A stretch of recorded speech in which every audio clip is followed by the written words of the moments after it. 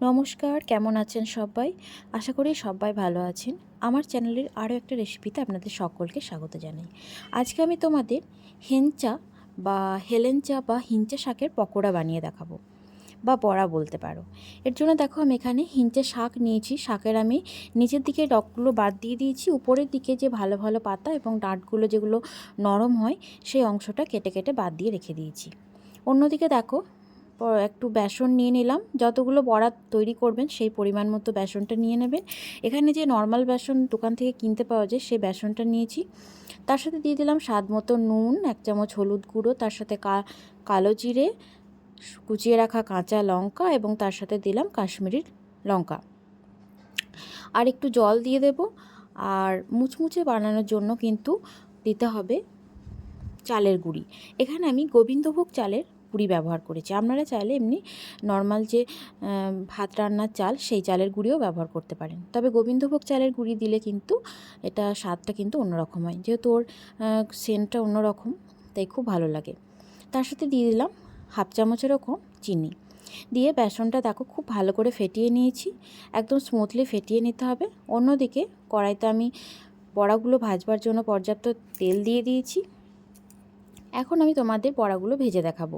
এর জন্য আমি প্রথমে দুটো ডাঁট দিয়েই আমি প্রথমে বেসনে দিয়ে বড়াগুলো বানাবো। তো দুটো ডাঁট দিয়ে প্রথমে বানিয়ে দেখাচ্ছি, কিন্তু ডাঁট দিয়ে বানানোর পর বড়াগুলো ভীষণ বড় বড় হয়ে যাচ্ছিল। আমি সেজন্য কিন্তু একটা করে ডাঁট নিয়ে বড়াগুলো তৈরি করেছি। আপনারা চাইলে একটা করে ডাঁট নিয়ে তৈরি করতে পারেন। ছোট ছোট হবে, বাট দেখতেও সুন্দর লাগবে। এখন আমি তেলের মধ্যে দিয়ে তেলটা খুব ভালো করে গরম করে নিয়ে বড়াগুলোকে এক এক করে ভেজে নেব। এবার বলি তোমাদের হিঞ্চা শাক বা হেলেঞ্চা শাকের উপকারিতা। এই শাক খেলে আমাদের কি হয়, কি উপকার হয়? প্রত্যেকটা জিনিসেরই যেমন উপকারিতা রয়েছে, ঠিক তেমনই কিন্তু অপকারিতাও রয়েছে। তো আজকে তোমাদের আমি উপকারিতাগুলোই বলি, শোনো। এই শাক খেলে কিন্তু রক্তে হিমোগ্লোবিনের পরিমাণ বেড়ে যায়। তার সাথে যাদের কোষ্ঠকাঠিন্য, হাঁপানি, এ সমস্ত রোগগুলো আছে তাদের ক্ষেত্রে কিন্তু এই হেলেঞ্চা শাক বা হিঞ্চা শাক খাওয়াটা খুবই জরুরি। এই শাক কিন্তু তোমাদের যাদের খিদে পায় না তাদেরকে বলবো অবশ্যই এই শাক দিয়ে মাছের ঝোল রান্না করে খেয়ে দেখবে। মুখের স্বাদও ফিরবে, তার সাথে কিন্তু তোমাদের খিদেও বাড়বে। তো দেখো, এই বলতে বলতে আমি দুটো বড়া দিয়ে দিয়েছি। আর বড়াগুলোকে এভাবে কিন্তু উল্টে পাল্টে লাল করে ভেজে নিতে হবে। আর গ্যাসের ফ্লেম একদমই লোতে করে দেবেন, তাহলে কিন্তু ভিতর থেকে কাঁচা থাকবে না এবং মুচমুচে হবে। আর চালের গুঁড়োটা দেওয়ার জন্য কিন্তু বড়াগুলো এমনি খুবই মুচমুচে হবে দেখবেন। আর এই বড়া তোমরা শুধুও খেতে পারো, আবার ভাতের সাথে, ডাল ভাতের সাথে খেতে পারো, দুর্দান্ত লাগে।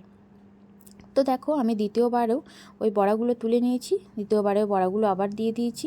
এখন আমি বড়াগুলোকে একটা একটা ডাঁট সহ পাতা নিয়ে দিয়েছি, যাতে সরু সরু দেখতে হয় এবং দেখতে বেশ ভালো লাগে। আর এভাবে ভাজলে কিন্তু অনেকগুলো হয়েও যাবে। তো দেখো, এই করতে করতে আমি সমস্ত বড়াগুলোকে ভেজে নিয়েছি। তো বন্ধুরা, এই ছিল আমার আজকের রেসিপি। কেমন লাগলো তোমাদের অবশ্যই কমেন্ট বক্সে কমেন্ট করে জানিও। আর যদি তোমাদের অনেক বেশি ভালো লেগে থাকে তাহলে বন্ধুদের সাথে শেয়ার করো, আর সাবস্ক্রাইব করে পাশে থাকার অনুরোধ রইল। তো আজকের মতো সকলকে টাটা। আবারও দেখা হচ্ছে তোমাদের সাথে কোনো একটা নতুন রেসিপি নিয়ে। তোমরা ততক্ষণে ভালো থেকো, সুস্থ থেকো, আমার পাশে থেকো।